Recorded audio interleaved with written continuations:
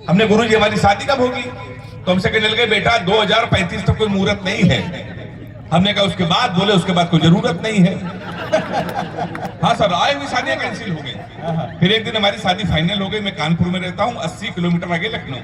कहने बेटा सुबह तैयार हो जाना, होने वाली लड़की को देखने जाना है। हम सूट वूट पहन के नहा धो के तैयार हैं। 11:15 बजे पिताजी का फोन आ गया। कहने बेटा हम नहीं जा पाएंगे, अकेले जाओ, लड़की देखो शादी फाइनल। एक बात याद रखना, ब्राह्मण घर में पैदा हुए हो बेटा, ये घर की परंपरा है, पहली बार जब किसी के घर जाते हैं खाली हाथ नहीं जाते हैं, कुछ लेके जाते, कुछ लेके चले जाना।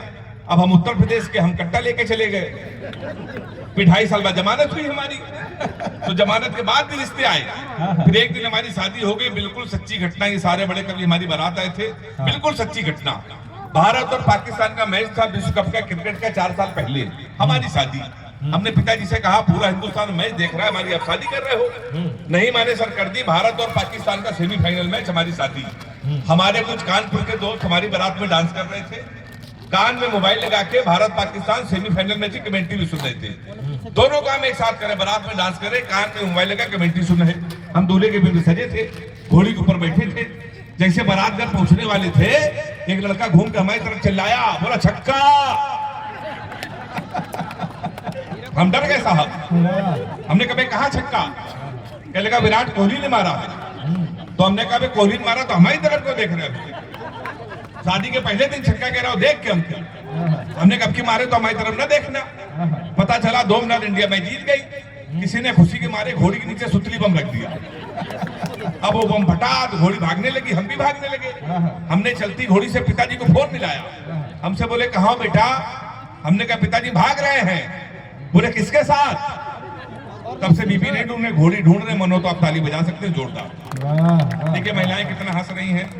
कभी सम्मेलनों में महिलाएं कम आती हैं यहाँ पर, लेकिन बहुत सारी महिलाएं हैं, मैं उनको प्रणाम करता हूँ। जितने भी पति अपनी पत्नियों को कवि सम्मेलन में लेके आते हैं, मैं इनको सैल्यूट करता हूँ। इनको आप कवि सम्मेलन में लेके आइए, चारों धाम की यात्राएं कराइए। इनके साथ कभी शॉपिंग मत करना, जीवन भर रोएंगे मैं रो रहा हूँ।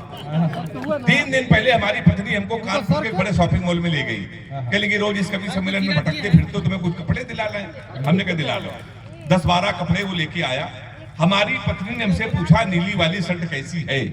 अब जितने भी पुरुष हैं अपने सीने में हाथ रख के कसम खाएं, आप चाहे जितने बड़े अधिकारी हो जाएं, चाहे जितने बड़े नेता हो जाएं, अखबार के संपादक हो जाएं, या अनिल चौबे की तरह देश के बड़े कवि हो जाएं, अगर आपकी पत्नी आपसे कोई चीज पूछ ले कैसी है, तो आपको डर के मारे कहना पड़ेगा अच्छी है।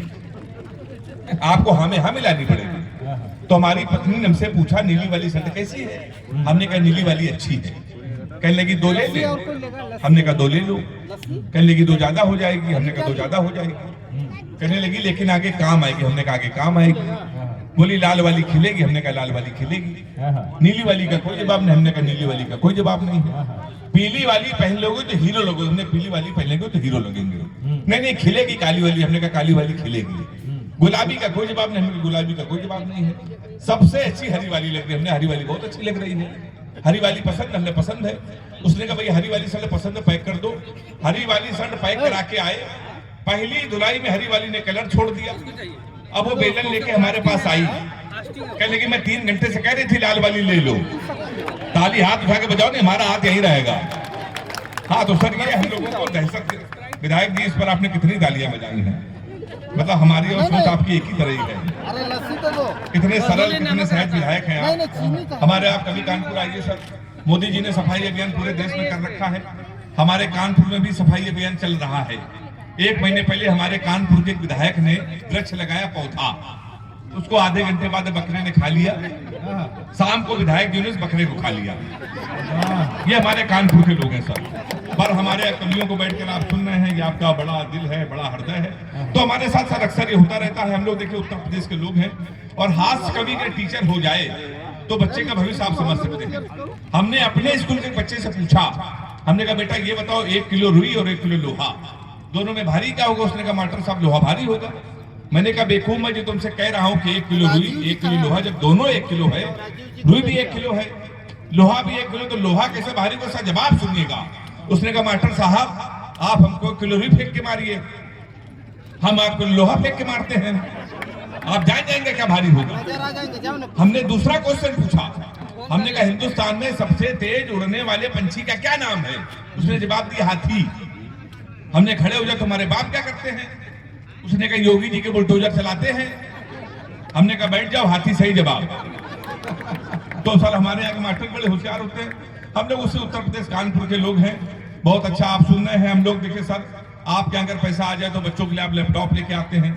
दिल्ली के लोग अपने बच्चों को कंप्यूटर लेके आते हैं। अगर हमारे उत्तर प्रदेश में पैसा आ जाए तो पिताजी लेके आते फॉर्च्यूनर, लड़का लेके आता राइफल, गाड़ी के पीछे लेते यदुवंशी, छत्री ब्राह्मण। योगी जी की सरकार है। योगी जी ने कहा इससे जातिवाद को बढ़ावा मिलता है, ये नहीं चलेगा। मेरी 4 लाइनें अगर आपको लगे, लाफ्टर भी हो गया है, कविता भी हो गया है, मैं मेरे कहने के सलीके पे अगर आपको अच्छा लगे तो आप सारे लोग ताली बजाना कि ना ही पंडित लिखा था ना ही चौहान लिखा था, उस पे तो मेरे प्यार की पहचान लिखा था। फिर भी यूपी पुलिस ने मेरा ही चालान कर दिया, जबकि मेरी गाड़ी पे केवल मेरी जान लिखा था। क्या बढ़िया व्यंग पे आपकी तालियां आई तो मैं आपको व्यंग सुनाना चाहता हूँ, क्योंकि सबीना अदीब जी तक पहुंचना, अनिल चौबे जी तक पहुंचना है। प्रबुद्ध लोग बैठे हैं सर। मैं लपेटे में नेताजी में आता हूँ। इधर बैठते भाजपा वाले, बगल में बैठते कांग्रेस वाले, दोनों एक दूसरे से बहस होती है। भाजपा वाले कहते हैं कि तुमने कुछ नहीं किया, कांग्रेस वाले कहते हैं कि तुमने कुछ नहीं किया। ये डिबेट हमारे घर पे चली आई है। मान लीजिए सबीना अदीब जी आ गई हैं, हमारे देश की सबसे बड़ी कवित्री शायरा। एक बार जरा सारे लोग दोनों हाथ उठा के जोरदार तालियां बजा दीजिए।